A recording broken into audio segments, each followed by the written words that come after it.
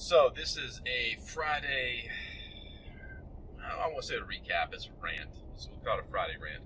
So one thing that really gets on my nerves, well, it doesn't really get on my nerves. I mean, people can do what they want with their money, but I just see people making mistakes and I want to help them. And I think the mistake that people are making is focusing way too much on news as the primary driver of a trade. Let's not say it's the driver of the stock or the price of anything, because that's what moves, is surprises and stuff. But trying to divine exactly what is going to happen on any particular news is just it's a 50-50 shot. You don't know if good news is going to make the stock drop or bad news, how the market's going to interpret it. You don't know that for sure ever, or to what degree. So trying to figure out, well, Facebook is down today because of political ads being taken off or whatever reason. I mean, I read a news article earlier this week and I discounted it. It was about the rebalancing that was going to happen here at the end of the week.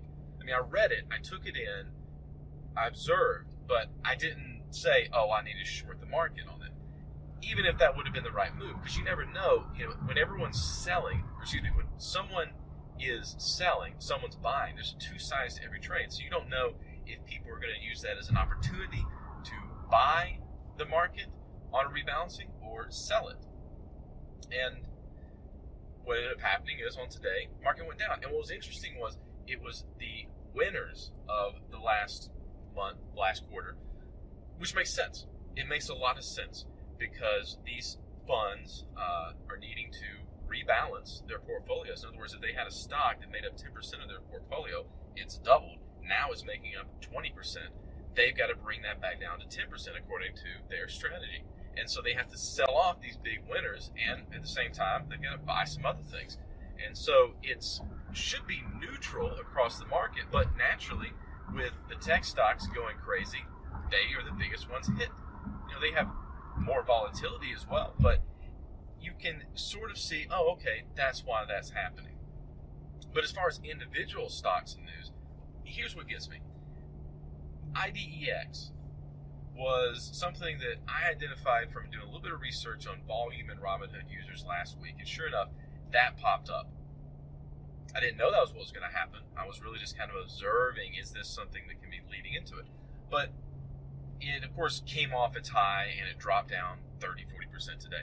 And someone posted in the chat about how, oh, this is, some bad PR or something like that. Who cares? It's not fake. The movement in the price is all that you need to be worried about. And that's what matters. It's not about, oh, this move is fake. No, it's not. The move in price is the price.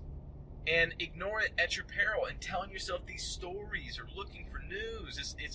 I put it side by side. Gina's to this. They're different companies, but price action and the patterns that you see are going to be the same, whether it's tulips or Bitcoin, the .com, or a hype-based pump and dump. And once you have that big sell-off, the hype is over with. Stop telling yourself these stories about why it's going to go up again. What it really is you don't want to take the loss. And if you can't take those small losses, you're not going to know to get out before the big ones really destroy your account. And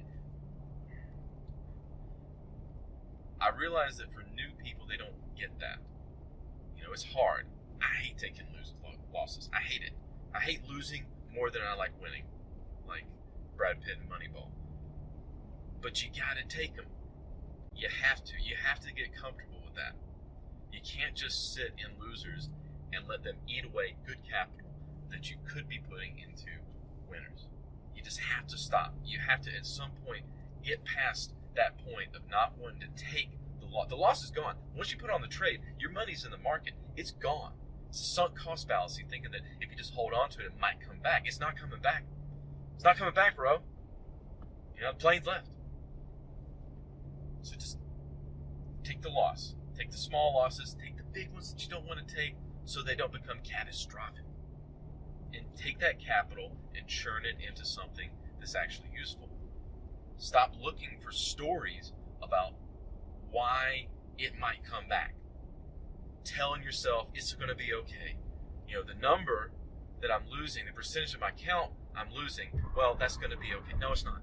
It's only going to be okay when you close that position and you protect yourself. You protect your capital. It's the only time it's going to be okay. No news is going to make your account better. Your actions.